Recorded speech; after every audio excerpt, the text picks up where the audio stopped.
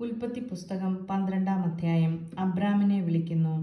കർത്താവ് അബ്രാമിനോട് അരുളിച്ചെയ്തു, നിന്റെ ദേശത്തെയും ബന്ധുക്കളെയും പിതൃഭവനത്തെയും വിട്ട് ഞാൻ കാണിച്ചു തരുന്ന നാട്ടിലേക്ക് പോവുക.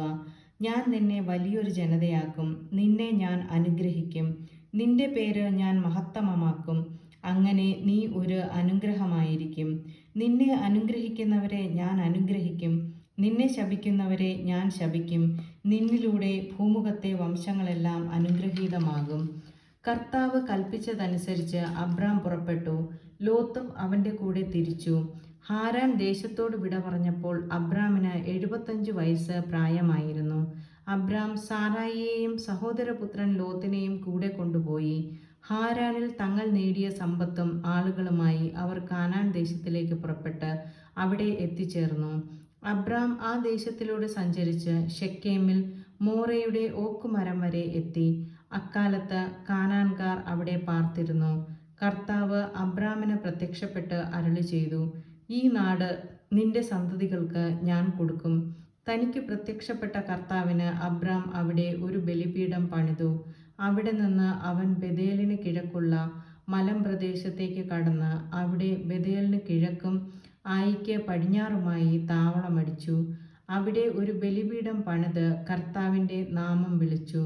അവിടെ നിന്ന് അബ്രാം നെഗെബിന് നേരെ യാത്ര തുടർന്നു. അബ്രാം ഈജിപ്തിൽ. അവിടെ ഒരു ക്ഷാമമുണ്ടായി. കടുത്ത ക്ഷാമമായിരുന്നതിനാൽ ഈജിപ്തിൽ പോയി പാർക്കാമെന്ന് കരുതി അബ്രാം അങ്ങോട്ട് തിരിച്ചു. ഈജിപ്തിലെത്താറായപ്പോൾ ഭാര്യ സാറായിയെ വിളിച്ച് അവൻ പറഞ്ഞു, നീ കാണാൻ അഴകുള്ളവളാണെന്ന് എനിക്കറിയാം. നിന്നെ കാണുമ്പോൾ ഈജിപ്തുകാർ പറയും, ഇവൾ അവൻ്റെ ഭാര്യയാണ്. എന്നിട്ട് എന്നെ അവർ കൊന്നുകളയും, നിന്നെ ജീവിക്കാൻ അനുവദിക്കുകയും ചെയ്യും. നീ മൂലം എനിക്ക് ആപത്തുണ്ടാകാതിരിക്കാൻ നിന്നെ പ്രതി അവർ എൻ്റെ ജീവൻ രക്ഷിക്കാൻ വേണ്ടി നീ എൻ്റെ സഹോദരിയാണെന്ന് പറയണം. അവർ ഈജിപ്തിലെത്തി. അവൾ കാണാൻ വളരെ അഴകുള്ളവളാണെന്ന് ഈജിപ്തുകാർക്ക് മനസ്സിലായി. അവളെ കണ്ടപ്പോൾ ഫറവോയുടെ സേവകന്മാർ അവളെപ്പറ്റി ഫറവോയോട് പുകഴ്ത്തി പറഞ്ഞു. അവൾ ഫറവോയുടെ കൊട്ടാരത്തിലേക്ക് ആനയിക്കപ്പെട്ടു. ഫറവോ അവളെ പ്രതി അബ്രാമിനോട് നന്നായി പെരുമാറി. അവന് ആടുകൾ, കാളകൾ, കഴുതകൾ, ഒട്ടകങ്ങൾ, വേലക്കാർ, വേലക്കാരികൾ എന്നിവ ലഭിച്ചു. പക്ഷേ അബ്രാമിൻ്റെ ഭാര്യ സാറായിയെ പ്രതി കർത്താവ് ഫറവോയെയും കുടുംബത്തെയും മഹാമാരികളാൽ പീഡിപ്പിച്ചു. തന്മൂലം ഫറവോ അബ്രാമിനെ വിളിച്ചു പറഞ്ഞു, നീ ഈ ചെയ്തത് എന്താണ്? അവൾ നിന്റെ ഭാര്യയാണെന്ന് എന്നോട് പറയാതിരുന്നത് എന്തുകൊണ്ട്? അവൾ സഹോദരിയാണെന്ന് എന്ന് നീ പറഞ്ഞതെന്തിന്? അതുകൊണ്ടല്ലേ ഞാൻ അവളെ ഭാര്യയായി സ്വീകരിച്ചത്.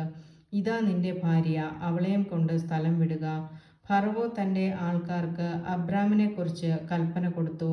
അവർ അവനെയും ഭാര്യയെയും അവൻ്റെ വസ്തുവകകളോടുകൂടെ യാത്രയാക്കി. ആമേൻ.